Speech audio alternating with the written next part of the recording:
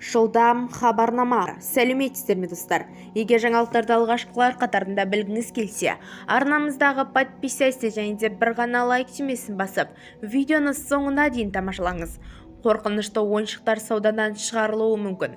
Еуразиялық экономикалық одаққа кіретін мемлекеттер балалардың психологиялық дамуына жағымсыз әсер ету ықпалы ойыншықтарға қойылатын талаптарды әзірлеуге кірісті.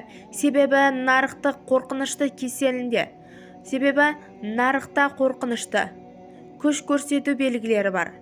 Гибридтерді және басқа да балалардың психологиялық дамуына жағымсыз әсер ететін ойыншықтар көбейді.